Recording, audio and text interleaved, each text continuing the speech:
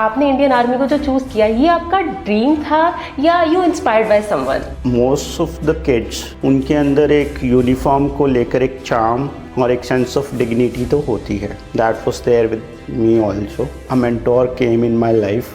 He changed my way of looking at the life, the way we think, the way we face the challenges. Rashtriya rifles Indian army का वो हिस्सा है जो operational area में counter insurgency और counter terrorism area में serve करती है. राष्ट्रीय राइफल्स का एक सबसे अच्छा सेंटेंस मुझे लगता था जो हमारा मेन एंट्रेंस और एग्जिट गेट होता है उसके ऊपर लिखा होता था, आज मुकाबला होगा. Now this sounds very like normal sentence, but if you look into the depth of it, मुझे goosebumps आए सुन के. If you look into the depth, it singularly conveys you a meaning that you cannot be complacent. आज मुकाबला होगा मतलब अगर कल you didn't encounter an anti-national element or a terrorist, today you may, and today if you are unable to contact anybody, tomorrow you will. So once you are in RR, you cannot be complacent.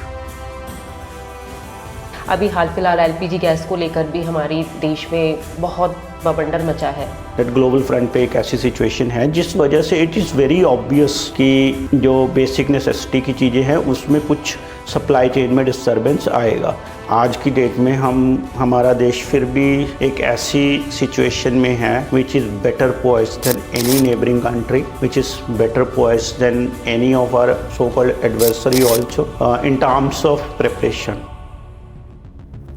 अगर आप कुछ कर सकते हो तो don't be victim of misinformation और our enemy's propaganda. क्योंकि आपने अगर ऑपरेशन सिंदूर के टाइम पे भी देखा होगा, उस समय हमारी फोर्सेस ने बहुत अच्छा काम किया. सोशल मीडिया का जो प्रोपेगेंडा है, जब मिस इन्फॉर्मेशन कैंपेन है या नैरेटिव वॉरफेयर है जो, उसमें समहाउ बी लैग्ड बिहाइंड, क्योंकि वो हुटर बजा के और बहुत सेंसेशनल तरीके से न्यूज़ को प्रेजेंट कर रहे थे. तो सेंसेशनल जब चीज़ें होती है तो ऑब्वियसली वो लोगों को एक्साइट करती हैं.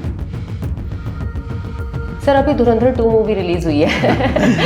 आपने वॉच की होगी. या आई हैव सीन इट. कुछ लोग इसको प्रोपेगेंडा मूवी कह रहे हैं, कुछ लोग इसको बहुत अच्छा कंटेंट कह रहे हैं. मूवी मुझे पर्सनली अच्छी क्यों लगी, हर एक का देखने का तरीका अब अलग हो सकता है. अब किसी को प्रोपेगेंडा इसलिए लग सकता है because it is not suiting his और हर आइडियोलॉजी. क्योंकि बोला जाता है आर्मी पर्सन जो होते हैं वो इमोशनली, मेंटली, फिजिकली बहुत स्ट्रांग होते हैं. आपके अंदर अगर वो इमोशनल फैक्टर नहीं है, आपको नहीं पता लाइफ की इम्पोर्टेंस क्या है या रिलेशनशिप की इम्पोर्टेंस क्या है, या आप उसको कोरिलेट करके नहीं देखते हो, तो उस समय you won't be as a leader, as a military leader, you won't be able to do justice to your command. You are not just dealing with machines, you are dealing with men behind the machines. Like मेरी book जो किताब है वो भी इसी चीज़ को highlight करती है कि इमोशंस एक रेनबो है की तरह है. हाँ, अलग अलग रेंज है.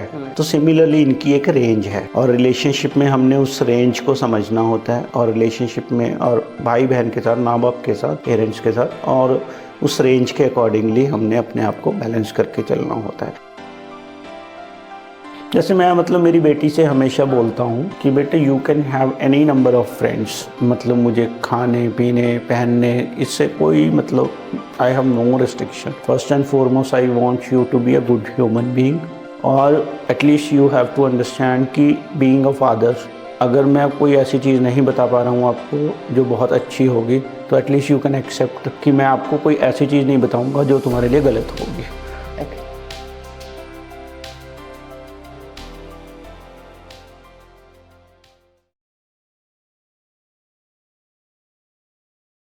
नमस्ते, welcome to the Jaipur junction podcast. I am your host Preeti Singh और मैं आज वेलकम करने वाली हूँ इस सेट पर एक ऐसे व्यक्ति का जिन्होंने हमारे देश की सेवा करी, पंजाब रेजिमेंट के ऑफिसर रहे, राष्ट्रीय राइफल जर्नी का हिस्सा बने और हमारी इंडियन आर्मी के सोल्जर्स और ऑफिसर्स को मेंटोर किया और अब वे देश में पब्लिक सेक्टर में अपना योगदान दे रहे हैं. वे एक ऑथर भी हैं, राइटर भी हैं और हमारी इंडियन आर्मी के सोल्जर्स तो वो रह ही चुके हैं. मैं वेलकम करती हूँ अपने जयपुर जंक्शन पॉडकास्ट पर मेजर विनोद कुमार जी का. Welcome sir. Thank you ma'am, thank you so much for having me on this wonderful platform.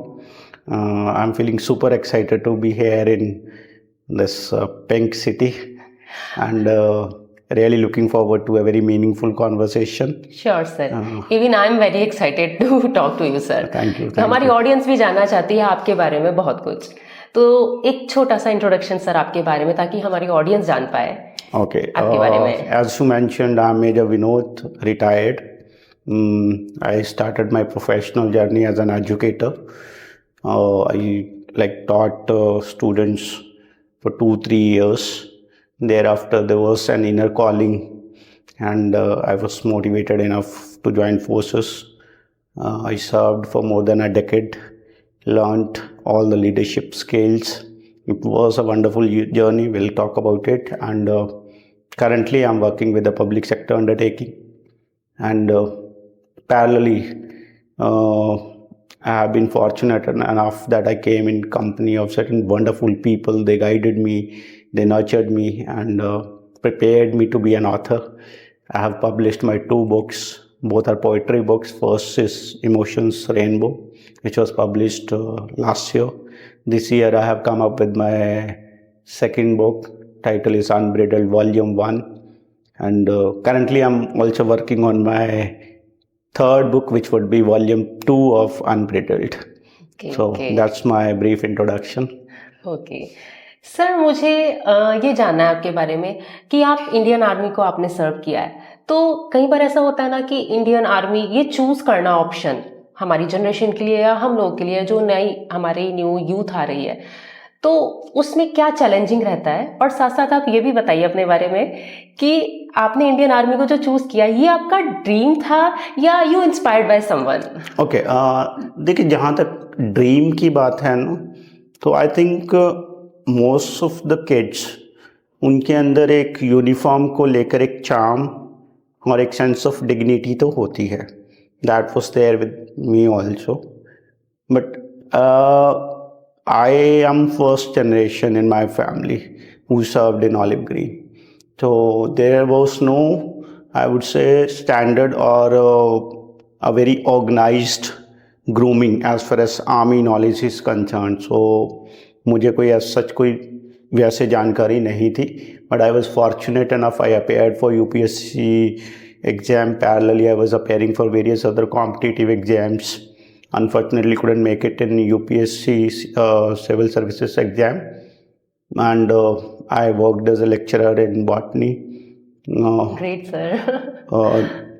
While during my education journey, this thing as an educator, there was an inner calling, and I would say a mentor came in my life who just changed it. I came in contact with him. It's altogether a different story. We may discuss later.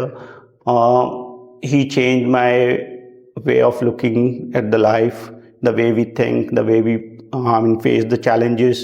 Then he told me about CDS. I started preparing for that. I cleared written exam. He guided me for SSB. After meet him? Yeah, after meeting him. He has been my He's your real mentor and real guide person. I know. Absolutely. And Still he is with you, sir? Unfortunately, he's no more. God must bless his soul. He prepared me for SSB. I was fortunate enough to clear my SSB in my first attempt. Then I served in army. So to answer your question, the charm was there, but standard navigation path was not clear. That was only clear once a very meaningful mentor came in my life, and I completely owe it to him. So that is how I entered. I was I could wear uniform, and I could serve for 10 plus year in Indian Army. And Indian Army is a wonderful organization which gives you n number of opportunities to prove your mettle. If you have something in you, first of all, then only you would be there. And if you are there, then there are multiple opportunities to prove yourself, either in the field of sports or in the field of writing or in the field of public speaking. I mean, there are n number of opportunities. You just have to have one thing wherein you can prove your mettle, and or army is such an organization, it will nurture you. Okay sir, आपने अभी बताया कि आपने बहुत सारी preparation की exams की, UPSC के एग्जाम क्लियर Yes. किया और भी बहुत सारे आपने एग्जाम की प्रिपरेशन करी, आपने एग्जाम क्रैक किया, आपने आर्मी की भी एग्जाम्स क्लियर किए। आपके पास राइट मेंटोर थे जिन्होंने आपको गाइड किया। आप हमारी ऑडियंस को आप अपनी तरफ से क्या मेंटोरशिप उनको देना चाहेंगे, क्या गाइडेंस देना चाहेंगे कि अब जो हमारी जनरेशन है, जो नया यूथ है, जो प्रिपेयर कर रहा है अपने आप को इस चीज़ के लिए रेडी कर रहा है, आप उनको एक छोटा सा गाइडेंस दीजिए ताकि उनके लिए इजी हो। First of all, as on date we have an informal platform जहाँ पे हम बच्चों को सीडीएस रिटन एग्ज़ाम के लिए गाइड करते हैं एंड इवन एनडीए के लिए, and thereafter largely we prepare them for SSB, which I would say is the iron gate. Okay. SSB is the iron gate. तो उसके लिए प्रिपेयर करते हैं बच्चों को। अब जहाँ तक एक सेंटेंस में अगर आप बोल रहे हो कि बच्चों को बताना है, तो मैं उनको यही बोलना चाहूँगा कि first of all don't consider it as a job. Okay. You may say it's a career opportunity, but it's not a job, it's service. If you want to come in army and you want to prove yourself as an asset to this organization, then you have to be prepared for a way of life. You cannot come here that I want to do a time-bound job. That is not there. So first of all, that mental clarity has to be there. Then ways and means are there to prepare for various stages, for written exam also, thereafter for SSB also.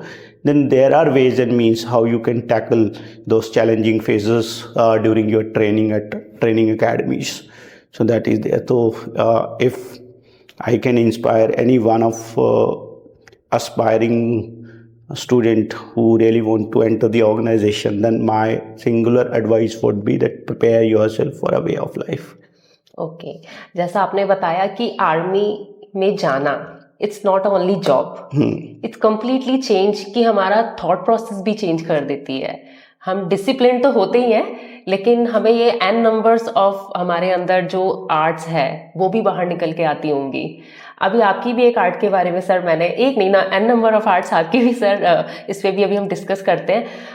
अभी आप public sector में काम कर रहे हैं। मेरे मुझे curiosity है कि मुझे इतना जानना है कि जनरली अगर हम आर्मी जॉब्स को देखते हैं तो थोड़ा सा हमें लगता है कि सिर्फ देश की सेवा करना ही एक काम है।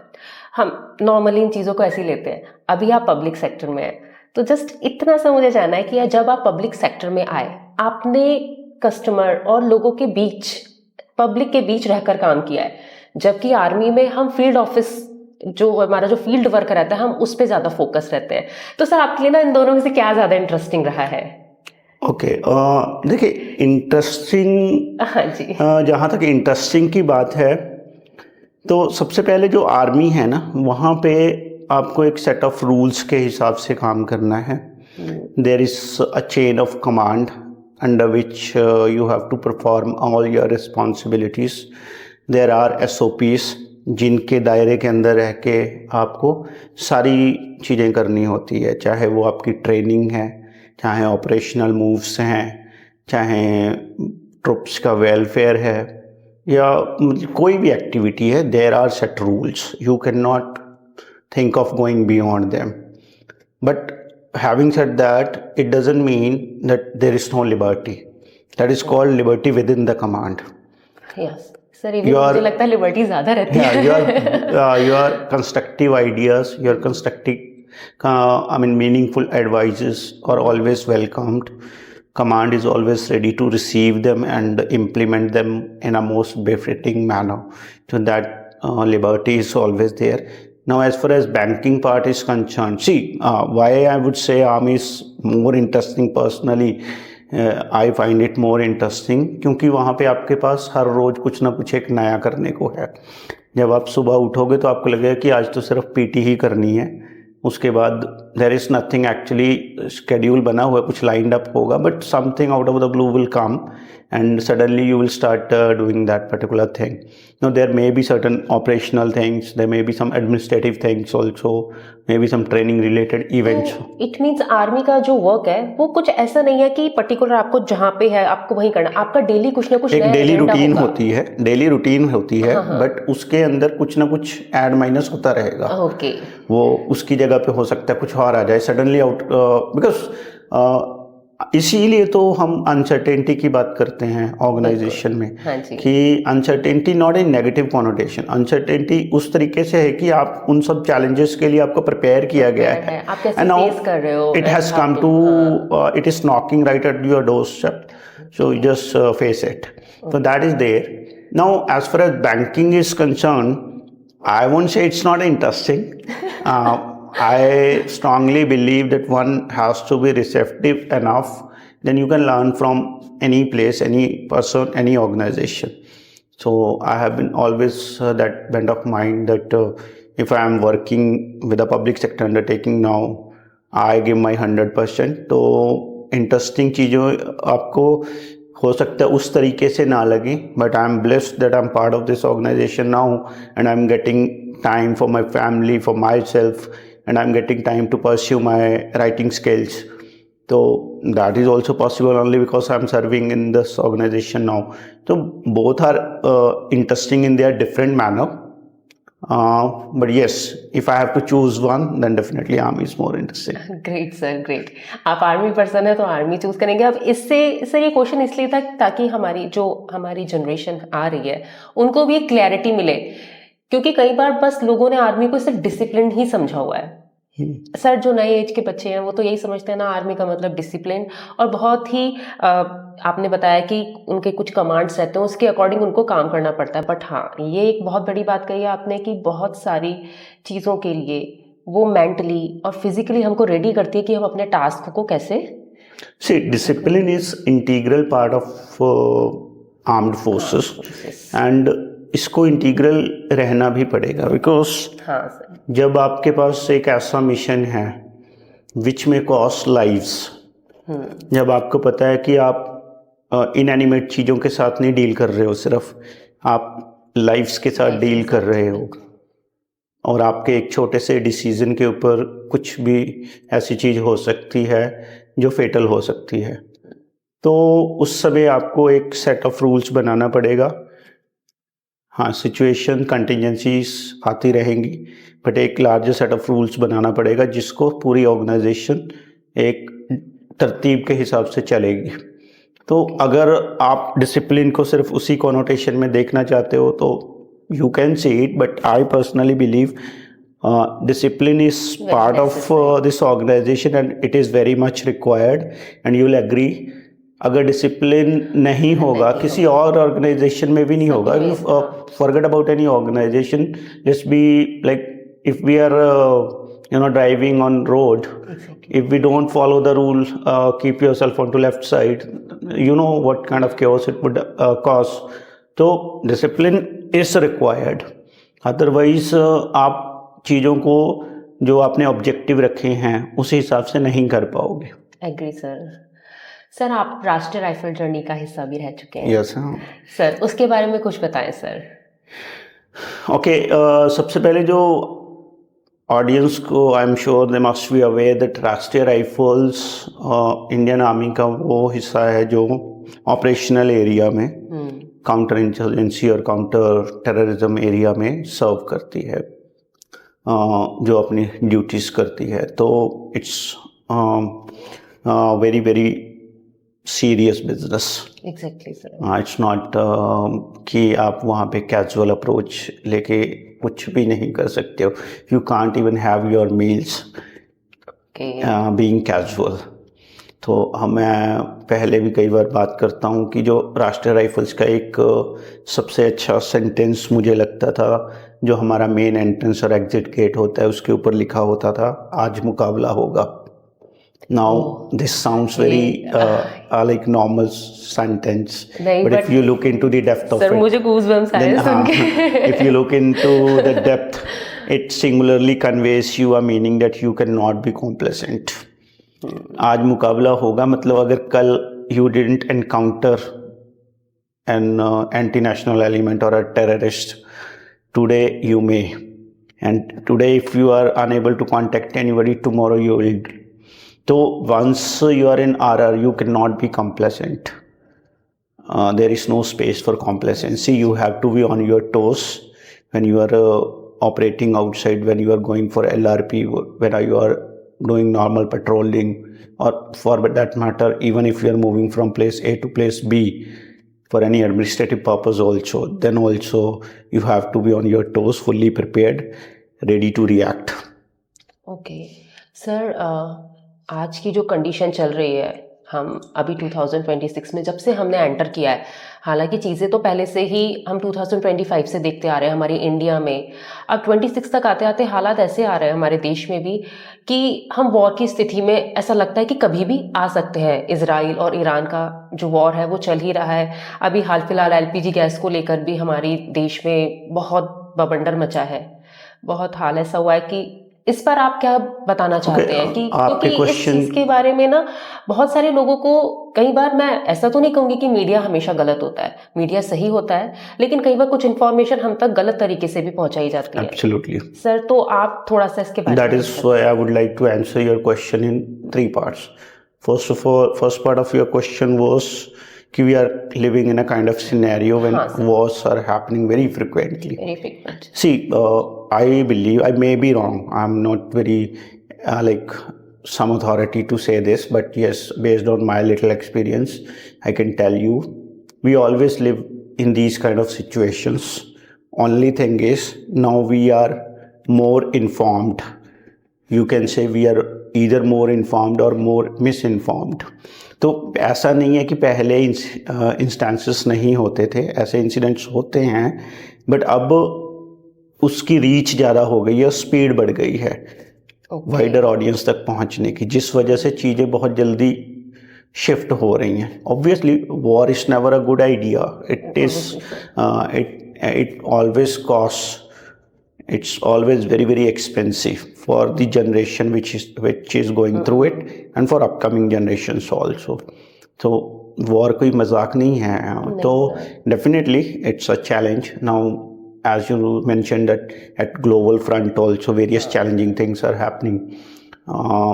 So definitely, but I think आज की डेट में हमारा देश फिर भी एक ऐसी सिचुएशन में है which is better poised than any neighboring country, which is better poised than any of our so-called adversary also, in terms of preparation. You mentioned LPG, of course it's a challenge. अगर कोई बंदा इसको deny करता है कि ऐसी situation में LPG की शॉर्टेज नहीं होगी, then I feel pity of him. कि एक ऐसा ग्लोबल सिनेरियो है, उसमें हम ये मान लें कि हमारे यहाँ पे we will be totally not affected out of this context. तो ऐसा तो नहीं आप बिलीव कर सकते हो. अगर एक ग्लोबल फ्रंट के ऊपर ऐसी सिचुएशन है, who did what, I'm not talking about that. I'm simply saying that global front पे एक ऐसी सिचुएशन है जिस वजह से इट इज़ वेरी ऑब्वियस कि जो बेसिक नेसेसिटी की चीज़ें हैं उसमें कुछ सप्लाई चेन में डिस्टर्बेंस आएगा. तो there is no rocket science to understand this one simple fact. And acceptance of the fact is कि अगर आपने अपना ये इस फैक्ट को एक्सेप्ट कर लिया तो half of the problem is already solved. अगर एज ए रिस्पॉन्सिबल सिटीजन मैंने समझ लिया कि हाँ हमारे देश के लिए भी ये एक इनडायरेक्ट प्रॉब्लम है, तो मुझे एक रिस्पॉन्सिबल सिटीजन के तौर पे अगर मेरे घर में 3 सिलेंडर हैं, मैं तीनों को एक साथ तो नहीं चूल्हे पे लगाऊंगा. तो अगर मेरा एक चूल्हे पे लगा हुआ है, पहले नॉर्मल रूटीन में हो सकता है मैं 3 सिलेंडर भर के रखता हूँगा, लेकिन अगर मेरा एक चूल्हे पे लगा हुआ है, 2 मेरे घर पे खाली है, तो as a responsible citizen it is my moral responsibility that I should get only 1 cylinder filled. अगर मैं 2 करता हूँ तो छोटे लेवल पे ही सही, बट मैं I am part of hoarding which is again illegal.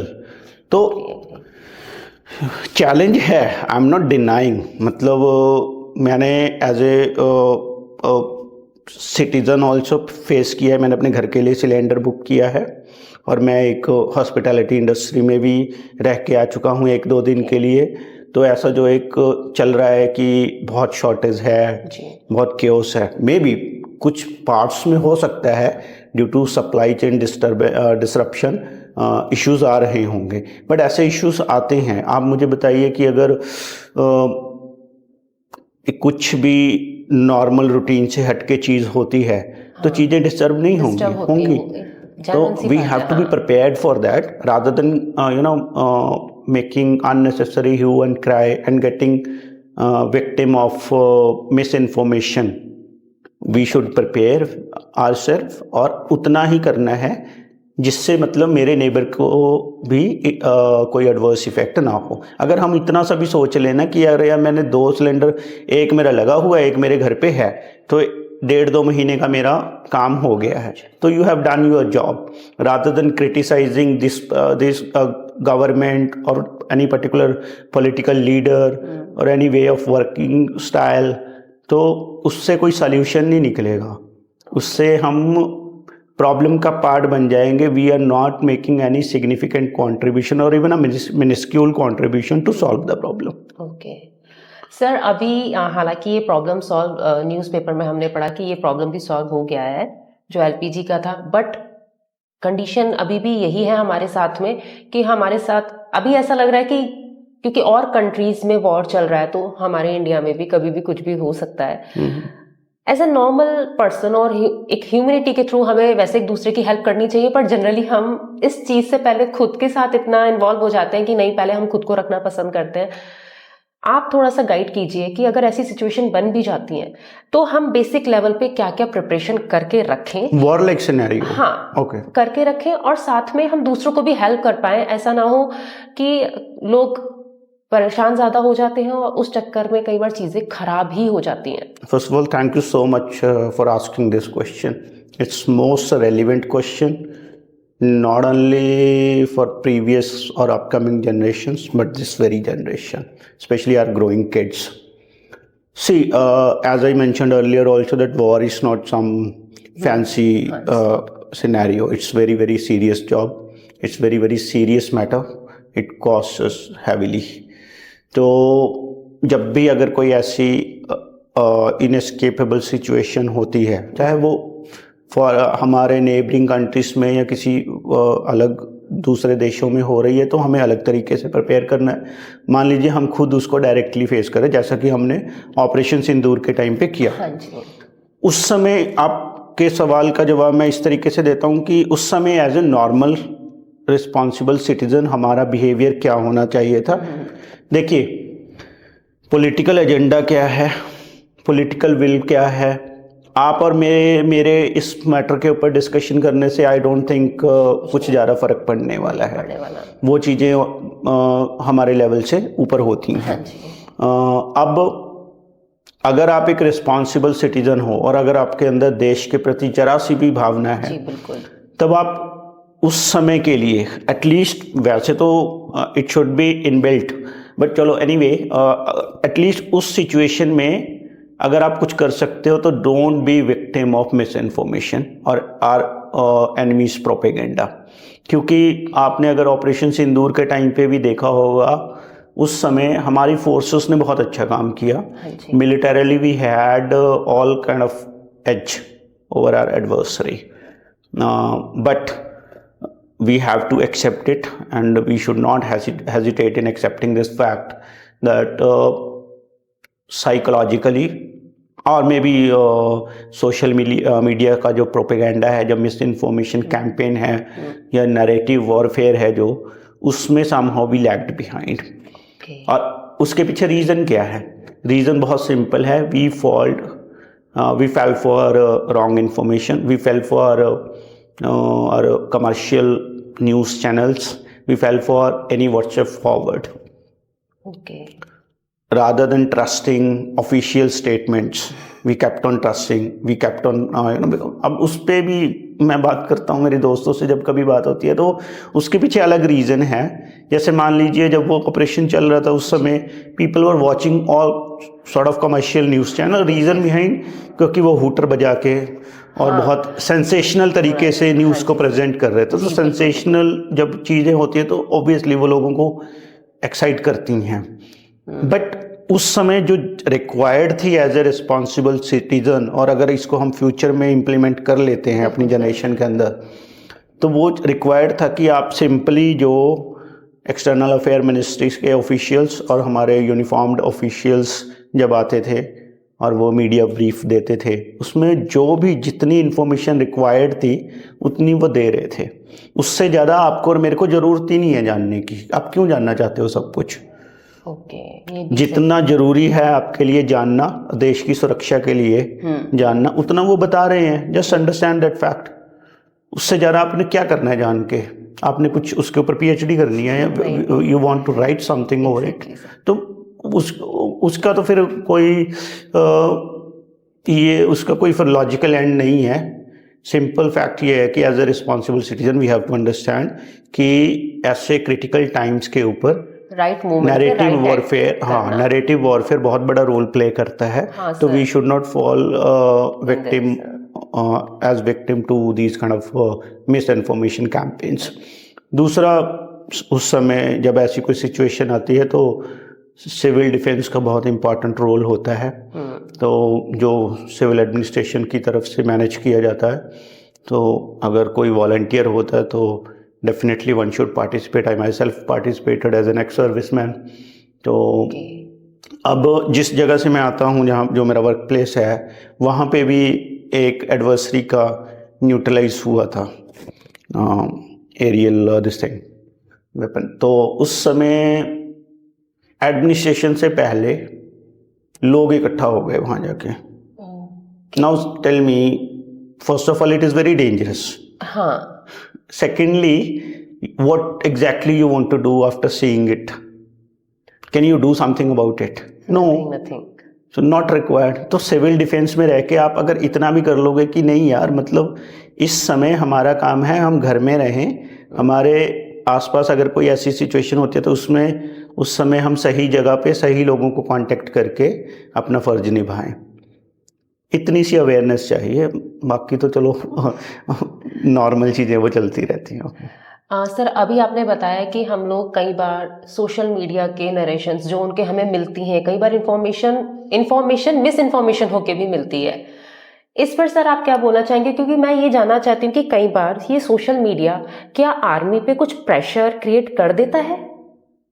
Okay, बहुत अच्छा क्वेश्चन है अगेन। इन्फॉर्मेशन, पहली बात तो ना हमें ये एक्सेप्ट करना पड़ेगा कि इन्फॉर्मेशन ओवरफ्लो है। हाँ।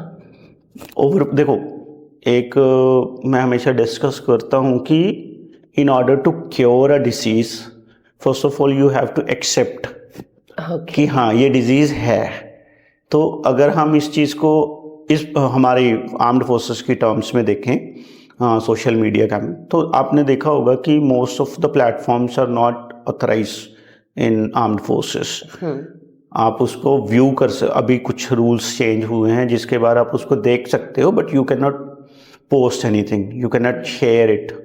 तो वो रिस्ट्रिक्शन है which is very much required, जरूरी है, हाँ। Which is very much required now. तो ये चैलेंज तो है। अब इसको डील करने के हर एक ऑर्गेनाइजेशन के अलग तरीके हैं। तो आर्मी के अपने तरीके हैं, एंड फॉर ऑब्वियस रीजन ऐसे तरीके हैं। क्योंकि मान लीजिए अगर मेरी यूनिट का ही एक सेंट्री पोस्ट पे खड़ा है और मैं बिल्कुल भी नहीं चाहूँगा कि he should be watching mobile phone while performing his duty, and at the same time it is applicable to me also as an officer, as his company commander. तो वो रिस्ट्रिक्शन होनी भी चाहिए और अच्छी बात है ये है। और हर एक जनरेशन में कुछ कुछ चीज़ें इवॉल्व होती हैं, चेंजेस आते हैं जो कि ऑर्गेनाइजेशन में होना ज़रूरी है। तो आर्मी में भी हो रही हैं। पहले बिल्कुल ही बैन था, अब थोड़ा कुछ रिस्ट्रिक्टेड लिबर्टी दी गई है। तो उस क्योंकि उसके वेज एंड मीन्स बन गए होंगे जी कि उसको कैसे हैंडल करना है, हैंडल करना, हाँ, तो ये बन भी गए होंगे, आगे चल के तो कुछ और ज़रूरी भी है इवॉल्व हो। सर, जिस हाँ, वो तरीके जरूरी से है, हम लोग इस दौर में आगे बढ़ते जा रहे हैं वो ज़रूरी भी बिल्कुल। है। सर अभी धुरंधर 2 मूवी रिलीज हुई है आपने वॉच की होगी। या I have seen it. Sir उसके बारे में कुछ बताएं, क्योंकि उसका टॉपिक भी कहीं ना कहीं लोगों को अब रिलेटेड लग रहा है और डिस्टर्ब भी कर रहा है। सी फर्स्ट ऑफ ऑल मुझे लगता है कि मूवी मुझे पर्सनली अच्छी क्यों लगी, to be very very honest, first part I saw in like on OTT platform. I didn't watch it in a theater.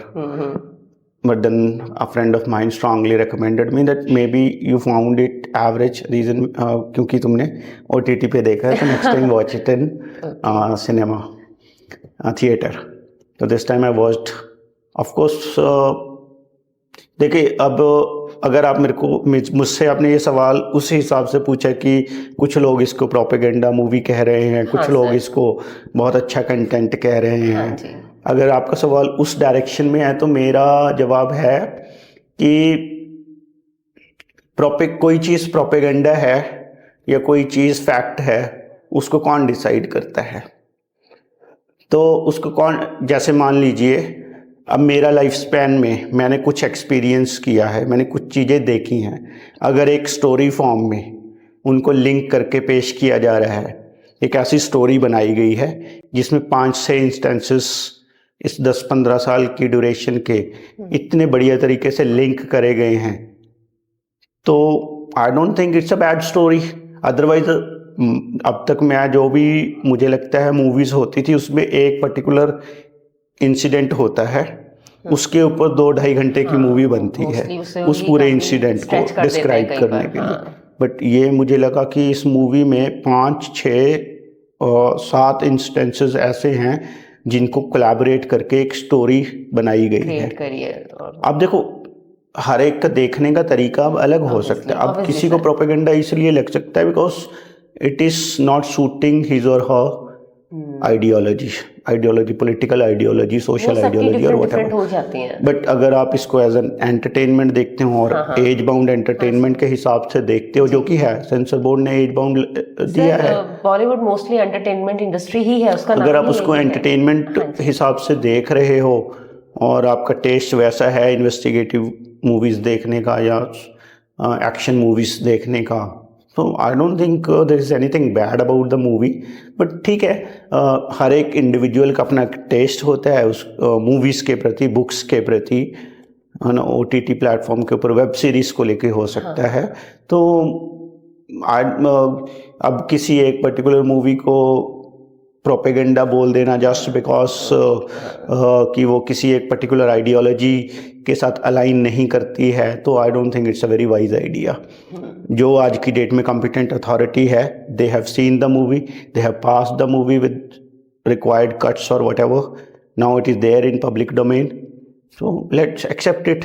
Sir मैंने अभी सेकंड पार्ट तो नहीं देखा है, बट फर्स्ट पार्ट का मुझे एक याद आया सीन जो कि मुझे बहुत अच्छा लगा, और मैं उस पर आपकी एडवाइस ज़रूर चाहूँगी कि उसमें जो मेन कैरेक्टर है इस मूवी का, जो हीरो है, वो कहीं फाइट सिचुएशन में है और फिर भी उनकी जब गर्लफ्रेंड का और जो उनकी साथ में है जो इस मूवी की एक्ट्रेस है, उनका कॉल आता है, वो उनका कॉल पिक करते हैं। ये ना बहुत हिट भी हुआ सोशल मीडिया पे, क्योंकि ना वो इमोशंस को कनेक्शन दिखा रहा है सर कहीं ना कहीं। तो मुझे बस वो पूछना कि आपको क्या जेन्युइनली लगा ये पॉसिबल है रियल लाइफ में? नहीं, मुझे लगता है ये अगर मैं अपने छोटे से एक्सपीरियंस के बेस पे बताऊं तो उस समय ऐसा नहीं पॉसिबल होता। बट हाँ, कुछ एक सिनेमैटिक लिबर्टी तो of course for recreational value जो मूवी मेकर्स हैं वो लेते हैं, उसको थोड़े से इंटेंस दिखाने के लिए या उसमें थोड़ा सा एक इमोशनल एलिमेंट डालने के लिए ऐसे सीन्स को रिक्रिएट किया जाता है, तो there is nothing wrong with that. Point is कि मेरा छोटे से experience, because I have been part of operations in valley, तो उस समय आई डोंट थिंक मतलब एटलीस्ट मेरे दिमाग में तो नहीं आया था कभी ऐसा। यहाँ जैसे जब लॉन्च होता था कि हाँ अभी हम लॉन्च के लिए जा रहे हैं, ऑपरेशनल लॉन्च के लिए जा रहे हैं, उस समय ज़रूर एक बार माइंड में आता था कि अपनी फैमिली में बात कर लें, हाँ घर पे बात कर लें। अब वीडियो कॉल की फैसिलिटी थी तो वीडियो कॉल कर लेते थे, not with any this thing negative connotation कि पता नहीं वापस आएंगे या नहीं आएंगे, ऐसा कुछ नहीं। वो तो एक ऑपरेशनल तरीका है चीज़ों को हैंडल करने का। बट एक हाँ होता था कि भी अभी फैमिली से बात कर लेते, बट ऑपरेशन के दौरान या मतलब वो ये फोकस रहना हाँ बहुत ऑपरेशन जरूरी के है। दौरान मतलब वो आपके मन में आ रहा है या नहीं आ रहा है वो एक सेकेंडरी क्वेश्चन है। पहली चीज़ आपके पास उतना टाइम ही नहीं होगा, ओके वो सेकेंडरी है कि आ रहा है कि नहीं आ रहा है किसी इंडिविजुअल को। हो सकता है किसी के आता हो दिमाग में, बट मेरे हिसाब से आपके पास अगर आप एक सीरियस ऑपरेशनली इन्वॉल्व हो एक सिचुएशन में जहाँ पे people's life is dependent upon your one single decision, तो आई डोंट थिंक आपके पास इन सब चीज़ों के बारे में सोचने का टाइम होगा। तो इसका मतलब ये है कि हमारी ऑडियंस, कई बार आप चीज़ों को ओवर एक्सपेक्ट ना करें, क्योंकि ओवर एक्सपेक्टेशन से आपकी समझ कहीं ना कहीं थोड़ी सी अलग तरीके से आप चीज़ों को समझने लगते हैं। उसको राइट वे में समझिए और ओवर एक्सपेक्टेशन से बचिए। सर, ये क्वेश्चन मैंने आपसे इसलिए पूछा था क्योंकि आर्मी पर्सन से इमोशंस को हैंडल करना ऐसे हम एक्सपेक्ट नहीं करते हैं उस लेवल पर उतना ज़्यादा, क्योंकि बोला जाता है आर्मी पर्सन जो होते हैं वो इमोशनली, मेंटली, फिजिकली बहुत स्ट्रांग होते हैं। बट हमारी जो जनरेशन है, they have to be and मैं इसलिए कह रहा हूँ कि अगर आप देखिए कि एक army person, I am not talking about rank, I am saying an army person, a uniformed person and all armed forces, जी उसमें फिजिकल एंड्योरेंस एक बहुत इंपॉर्टेंट पार्ट है, no doubt, no denial of this fact, but mental stability, mental endurance and emotional intelligence, emotional balance is equally important.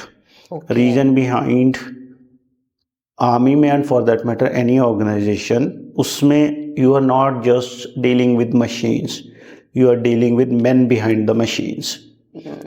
सो उस समय आपके अंदर अगर वो इमोशनल फैक्टर नहीं है, आपको नहीं पता लाइफ की इम्पोर्टेंस क्या है या रिलेशनशिप की इम्पोर्टेंस क्या है, या आप उसको कोरिलेट करके नहीं देखते हो, तो उस समय you won't be as a leader, as a military leader, you won't be able to do justice to your command.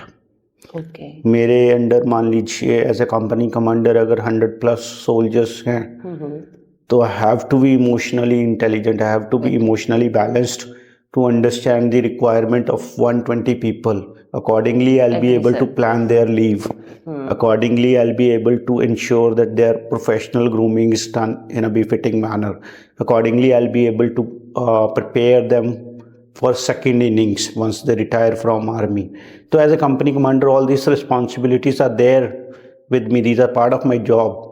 तो अगर मैं इमोशनली बैलेंस नहीं होऊंगा और मुझे इमोशंस का एक अच्छा समझ नहीं होगा, तब मैं सिचुएशन में, डिफरेंट सिचुएशंस में एक सूटेबल डिसीजन नहीं ले पाऊंगा।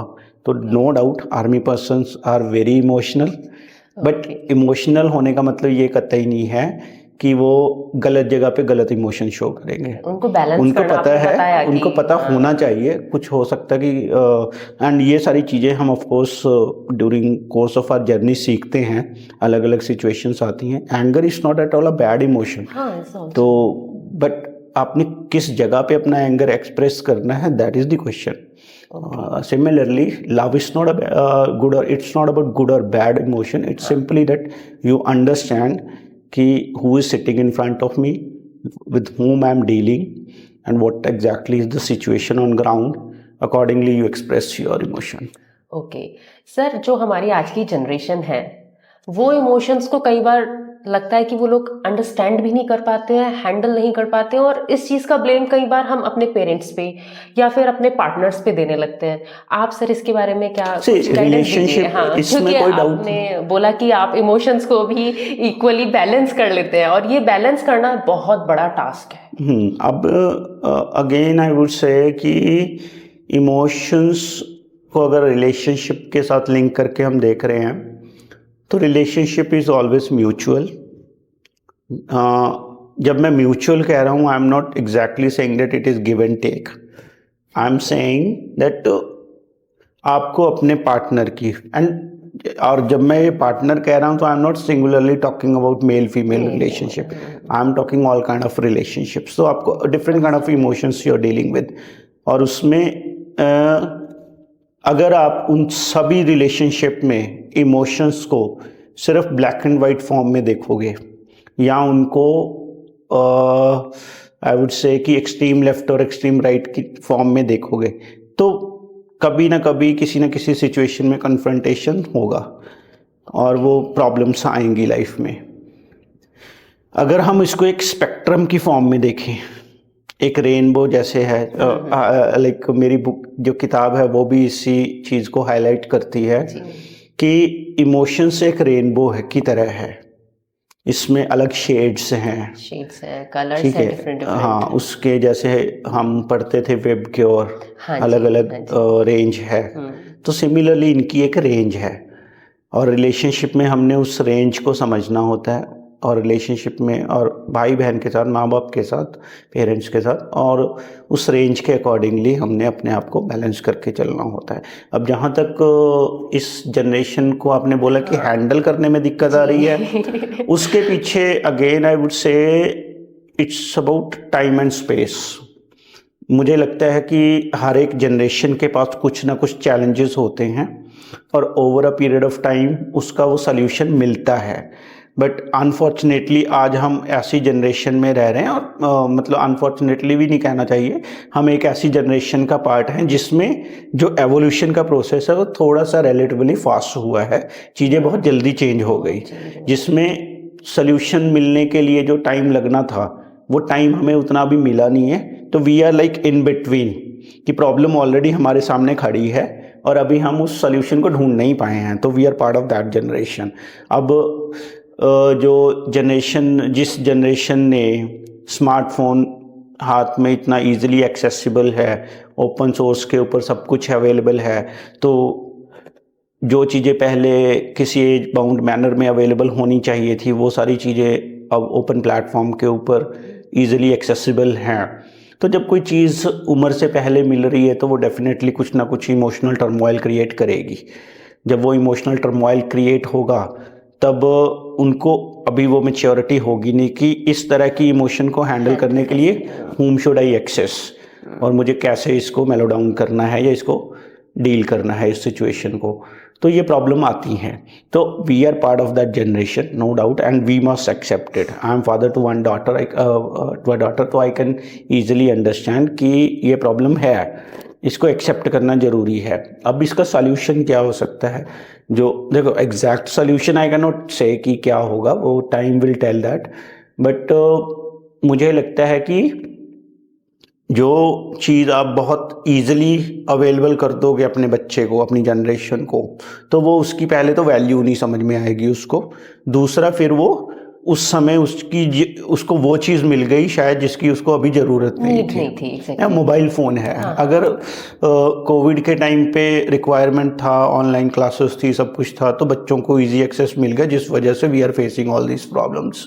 तो अगर हम इसको रिस्ट्रिक्ट कर सकते हैं with substituting it with other alternatives like sports, और उसके बाद there are various recreational value like resources available, तो अगर हम उनके साथ अच्छे से रिप्लेस करते हैं, बातचीत करते हैं और एक मतलब डर का माहौल नहीं बनाए, क्योंकि बच्चों को ना आप कैसे रियलाइज करते हो दैट पे very upon very geographically also it में वेरी, एंड जो सोसाइटी का एक सेटअप है उसके हिसाब से भी वेरी कर सकता है। हमने बस उनको एक चीज़ रियलाइज़ करवानी है कि आज you are not just dealing with a physical world जो कि रात को सो जाता है, you are dealing with the digital and virtual world which never sleeps. Agree. तो if they understand one this simple fact, I think will be able to handle the problem. और जो हमारी न्यू जनरेशन है वो अपने emotions को खुद कैसे हैंडल करे, क्योंकि जो हम लोग हैं कई बार इस चीज़ में ऐसे फंस जाते हैं कि हम अपने इमोशंस को बता ही नहीं पाते हैं कई बार सामने वाले को, हम अपने मन से ही बहुत सारी चीज़ें सोच लेते हैं। अच्छा, इसमें आई थिंक एक स्टीरियोटाइप ये है कि girls are usually expressive and boys usually don't express their emotions. So ठीक है, ये एक इसको आप स्टीरियोटाइप भी कह सकते हो या may be based on certain experience भी कह सकते हो। तो अपनी इमोशंस को सबसे पहले तो कभी भी दबाना नहीं चाहिए। मुझे लगता है कि जब हम रिलेशनशिप की अभी थोड़ी देर पहले बात कर रहे थे, तो यहीं पे तो रोल आता है कि देखो, जैसे मैं मान लीजिए मैं लिखता हूँ, मुझे कोई भी चीज़ ऑब्जर्व करता हूँ, जैसे आपसे बातचीत हो रही है या मैं जयपुर आया हूँ तो बातचीत हो रही है, तो हर एक चीज़ से कुछ ना कुछ चीज़ ऑब्जर्व करके हम लिखते हैं, तो अपनी इमोशंस को एक्सप्रेस करते हैं। अब एक्सप्रेस करना एक चीज़ है, वेंट आउट होना अलग चीज़ है, तो एक्सप्रेस करना है। तो इसीलिए मैं कहता हूँ कि आपकी लाइफ में एक ऐसा इंडिविजुअल, वो आपका कोई भी हो सकता है, आपका ब्रदर हो सकता है, आपका पेरेंट्स में से कोई हो सकता है, आपका कोई कज़िन हो सकता है, या आपका कोई अच्छा फ्रेंड हो सकता है। तो आपकी लाइफ में एक ऐसा एक इंडिविजुअल होना जो बहुत ज़रूरी है, जिसके साथ आप बातचीत कर सको और अपनी इमोशंस को शेयर कर सको विदाउट लाइक कि आपको ये डर ना हो कि आपको जज किया जाएगा। क्योंकि बच्चे क्यों डरते हैं कि अगर मैं ऐसा बताऊंगा तो मुझे जज किया जाएगा। जजमेंट को वो पहले ही सोच लेते हैं, रिजल्ट ये आने वाला है, वो अपने मन से ही सोच लेते हैं। बच्चों को लगता है कि मुझे जज किया जाएगा और उसके बेसिस के ऊपर मेरा मजाक बनाया जाएगा, या हो सकता है बॉडी शेमिंग करी जाएगी, कुछ करा जाएगा। तो आपकी लाइफ में एक ऐसा इंडिविजुअल होना बहुत ज़रूरी है। अगर आपकी लाइफ में एक ऐसा इंडिविजुअल है तो I think you are really blessed.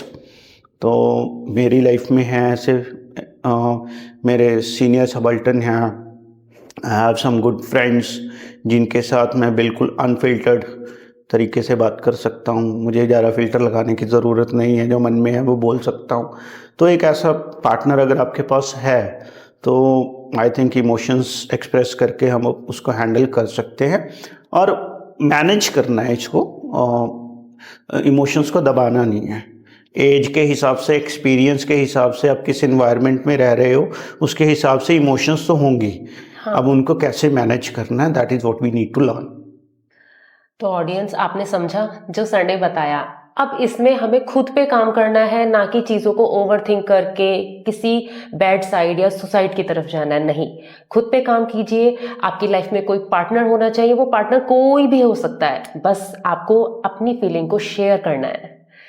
Sir, आपकी लाइफ में कभी ऐसा मोमेंट आया कि जब आप आर्मी ड्यूटीज पे थे कि आपने इमोशंस को कि उनको समझा कि अरे ये चीज़ बहुत सिचुएशन थोड़ी सी क्रिटिकल हो गई है, तो आपके लिए कभी बहुत इमोशनल मोमेंट? बहुत मोमेंट्स होती हैं ऐसी इंडियन आर्मी में। Every day is full of all this kind of situations. If I may share one small experience, I think it's a little operational, तो I won't share much details. There was like एक बार ऐसा था कि हम लोग एक column लेके प्लेस ए से प्लेस बी पे जा रहे थे। वहाँ पे कुछ इंटरनल सिक्योरिटी को लेकर सिचुएशन थी, तो we were like I was leading internal security column. उसमें कुछ हमारे सोल्जर्स थे। अब वो जो सिचुएशन थी that was about some so called religious guru से रिलेटेड था। ओके। तो when I was taking that column en route I got to know that there are certain people in my group, because वो हमें इतने short notice पे मिला था task कि हमें ज़्यादा डिटेलिंग करने का मौका नहीं मिला था। तो हमने बहुत क्विक तरीके से वो अपने आप को प्रिपेयर करके निकले थे उस टास्क के लिए।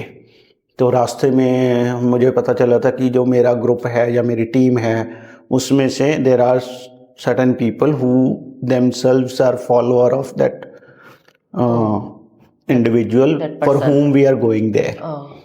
So now in a way they were not very this thing ready. They are not very I would say कि positive about it कि हम बाबा जी के लिए या लाइक उनके लिए जाके वहाँ पे कुछ ऐसा करेंगे, क्राउड मैनेजमेंट का काम या ये है। तो उस समय मेरे लिए वो इमोशनल चैलेंज ही था, बिकॉज सबसे पहले मिशन था, उसके बाद उन सोल्जर्स की मैं I am nobody to say whether their emotions are right और wrong. I am nobody, मतलब वाई शुड आई से कि नहीं जो तुम ये तुम्हारी इमोशंस हैं उसके प्रति या उनके प्रति, तो वो सही है या गलत है। मेरा उस समय काम क्या था कि मुझे इनकी इमोशंस को सही जगह पे चैनलाइज करना है।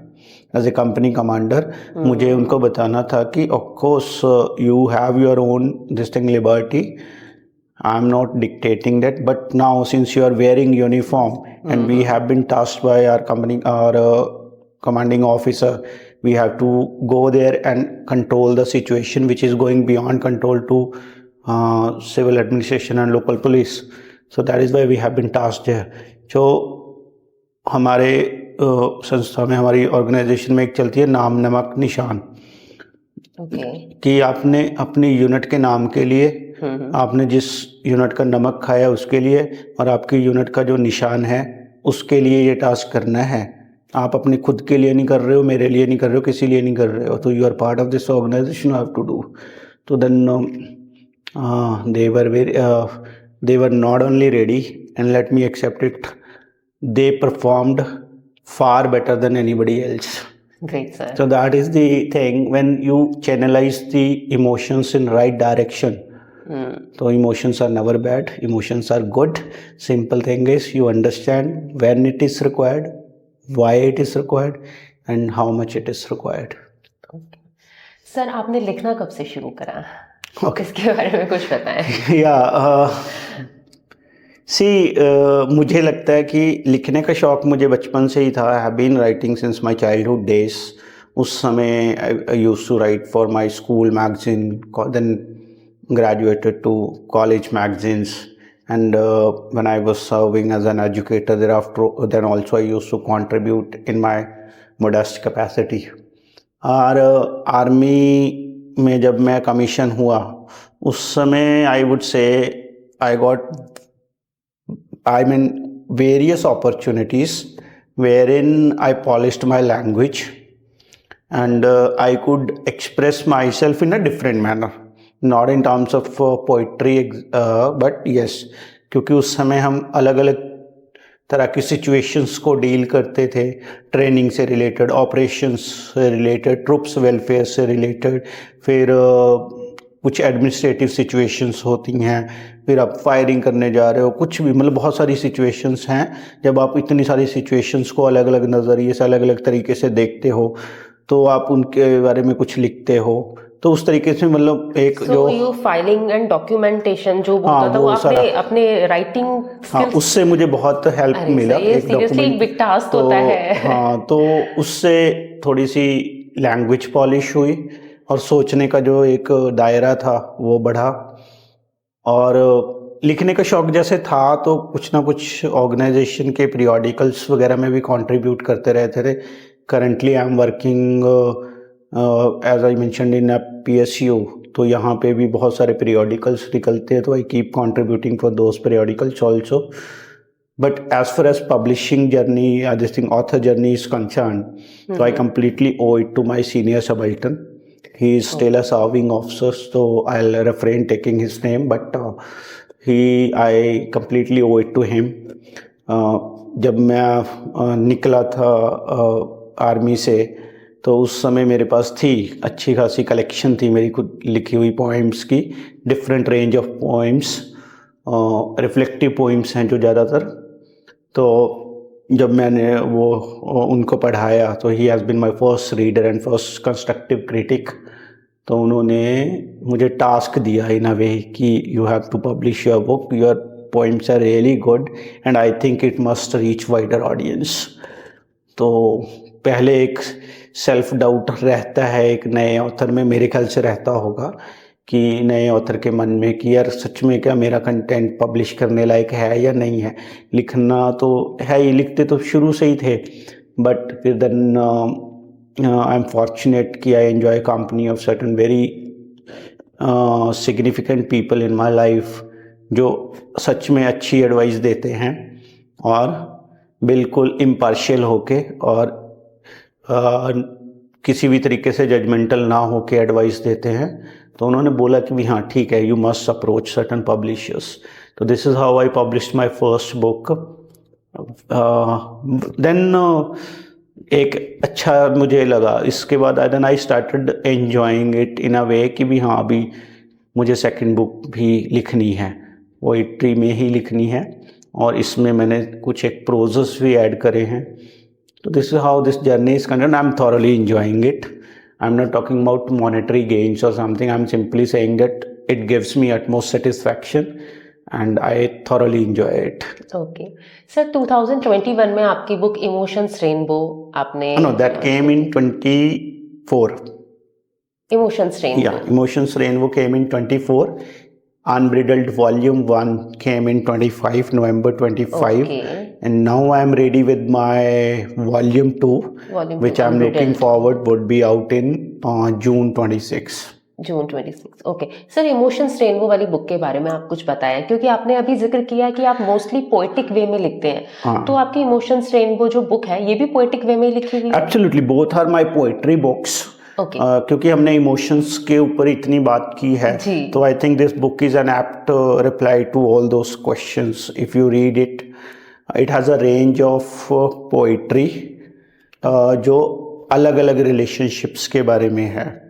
It's about my college days, it's about my professional journey, it's about my relationship with my mom, with my sister.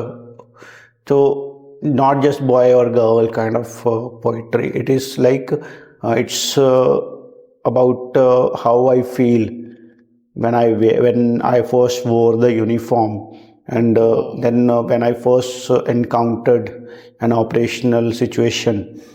तो वो सारी अलग अलग इमोशंस, उस समय एक सोल्जर की क्या इमोशंस होती हैं और कैसे आप उनसे सीखते हो, तो वो सारी पोइट्री इसमें है. जो सेकंड बुक है अनब्रिडल्ड वॉल्यूम 1. सर, यहाँ अनब्रिडल्ड का मीनिंग क्या है? आप थोड़ा सा हमारी ऑडियंस को ये बताएं. अनब्रिडल्ड का मतलब आप समझे कि जो चीज रिस्ट्रिक्टेड नहीं है, फ्री है, लिबरेटेड है, अनटेम्ड है, जिसको मतलब बांधा नहीं गया है. तो यहाँ पे हम इमोशंस की बात कर रहे हैं कि इनको मैंने किसी तरीके से बांधा नहीं है, एकदम से फ्री छोड़ दिया है. Like a river. हाँ, कि वो मतलब एक रिवर कह लीजिए. जो एक बुक का कवर पेज आप देखोगे तो वो एक पक्षी की तरह है, बर्ड की तरह है, कि they are taking a free flight, they are taking a free flight. तो इस बुक में हर एक पॉइंट से पहले एक प्रोज है, which would be defining the situation, which would be defining the circumstances under impression of which I was able to pen down those poems.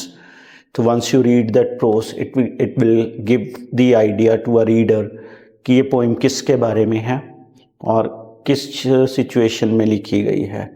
जैसे और इसकी सबसे अच्छी जो मुझे लगती है बात इस पर्सनल लेवल पे, वो कंटेम्प्रेरी इश्यूज़ को भी मैंने इसमें कवर किया है. जैसे कुछ एक सिचुएशंस हमने लास्ट ईयर देखी थी, कोलकाता में मेडिकल स्टूडेंट से रिलेटेड थी.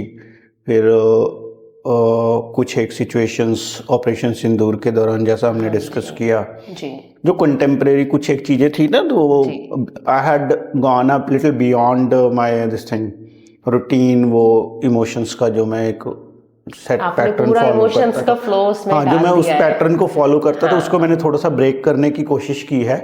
इसीलिए मुझे लगा कि इस बुक का नाम अनब्रिडल्ड होना चाहिए, क्योंकि मैंने अपना खुद का वो जो एक पहले एक दायरा बनाया था इमोशंस को लेकर, उससे बाहर निकलने की कोशिश की है.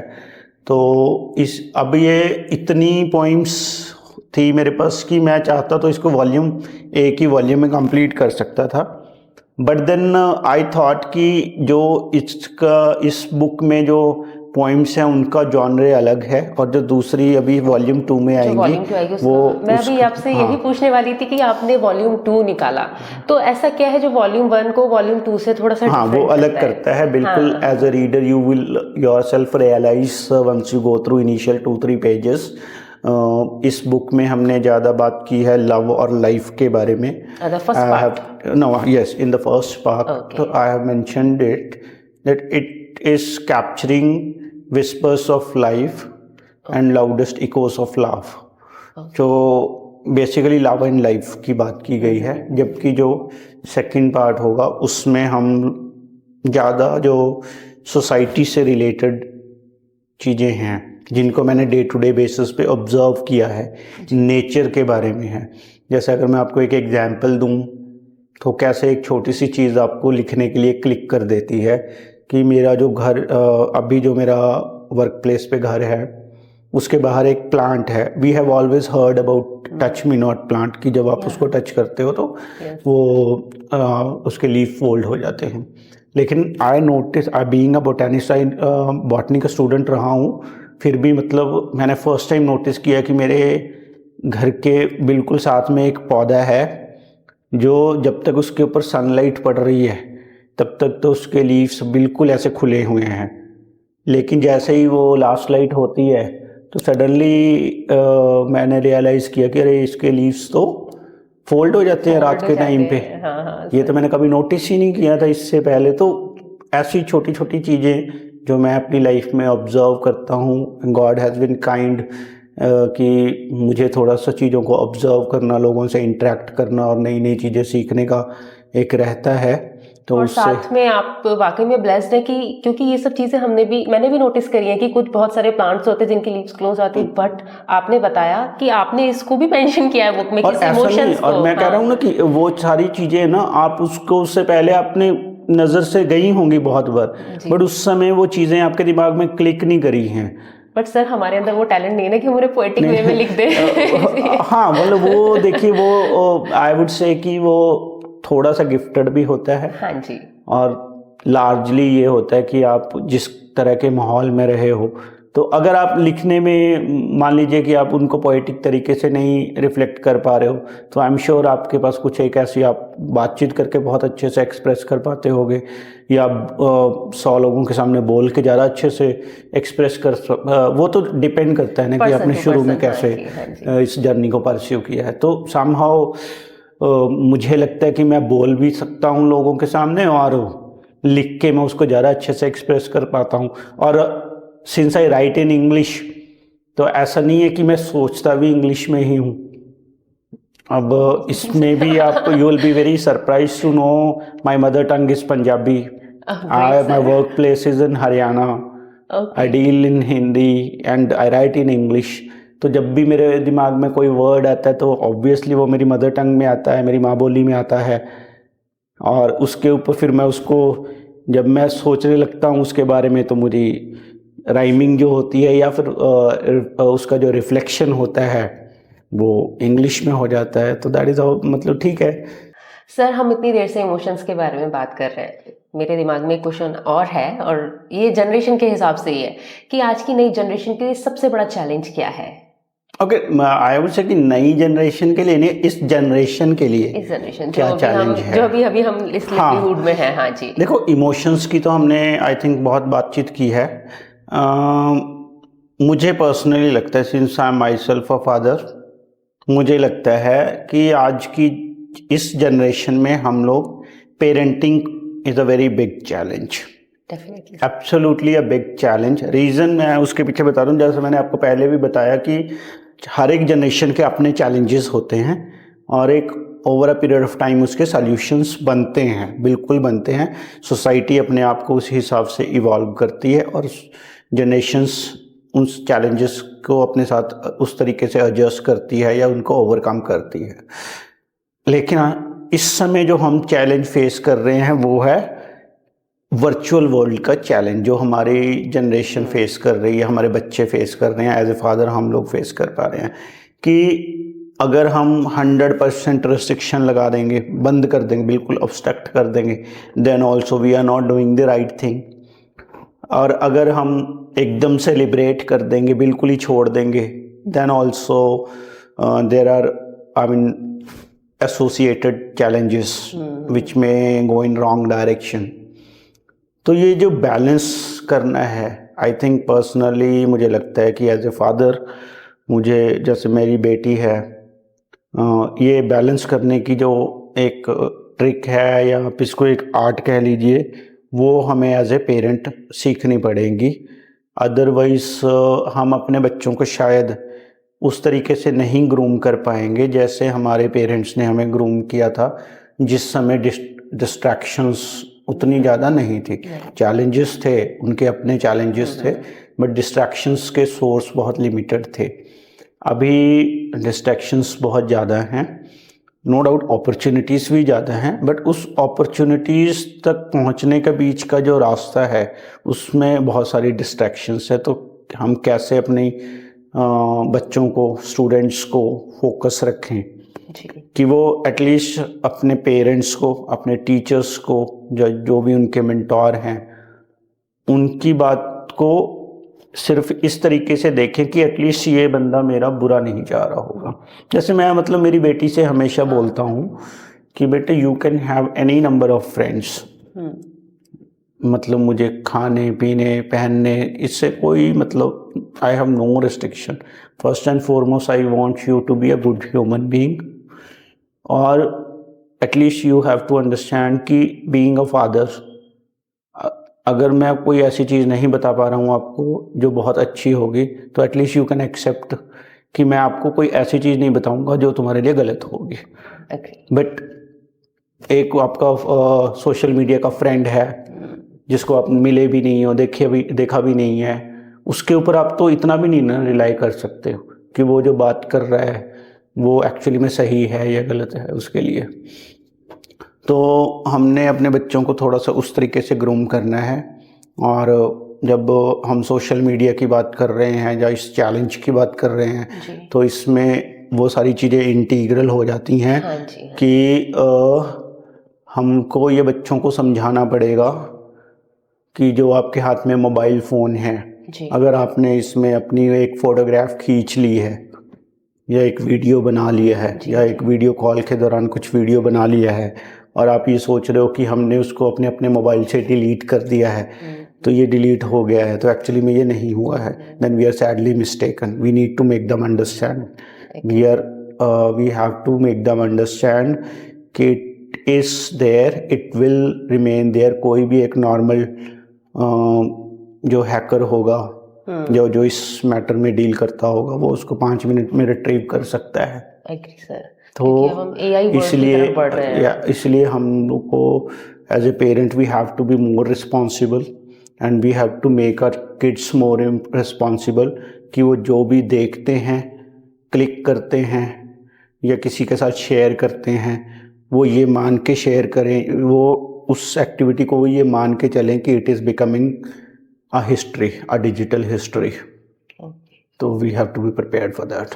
ओके सर, अब आपके बारे में एक सवाल है, क्या आप अपने आप को एक सेंटेंस में बताएं कि हमारी ऑडियंस समझ पाए कि हाँ मेजर विनोद कुमार जी कौन है? Okay, see, first of all, I must accept this fact with utmost sincerity that I am not somebody who has achieved a lot in his life, and that is why I am sitting here, I am interacting with you. I personally believe that we had a conversation regarding my books. Maybe you felt that I can share some ideas, and I was of the opinion that I can learn from you and from your team. So that is why I'm sitting here. So this thing has to be made very clear that I'm not somebody who has achieved something really big in his life. Because my way of looking at success is also not that. For me, that is not success or something. So if I have to define myself in one single sentence, then I think I'm a soldier, a poet, an explorer, and in this very order. Thank you, sir. You share a powerful journey with us. आज हमने जाना कि कैसे एक army soldier, एक army person जिसे हम इतना स्ट्रॉन्ग समझते हैं, हम लोगों का परसेप्शन है और सही भी है कहीं ना कहीं कि हम सोचते हैं कि आर्मी पर्सन जो है वो इमोशनली, मेंटली और फिजिकली बहुत स्ट्रॉन्ग होते हैं, लेकिन आज हमने जाना कि कैसे उनके पास एक दिल भी है जो चीज़ों को समझता भी है, इमोशंस को कैरी करता है और बैलेंस भी करता है, एक पोइट भी है, लिखता भी है, एक एक्सप्लोरर भी है। Thank you so much, sir. Thank you, ma'am. Thank you. Thank you, Jai sir. Hind. Jai Hind. And to our audience, stay blessed, stay calm, and stay disciplined, and keep work yourself. Thank you so much.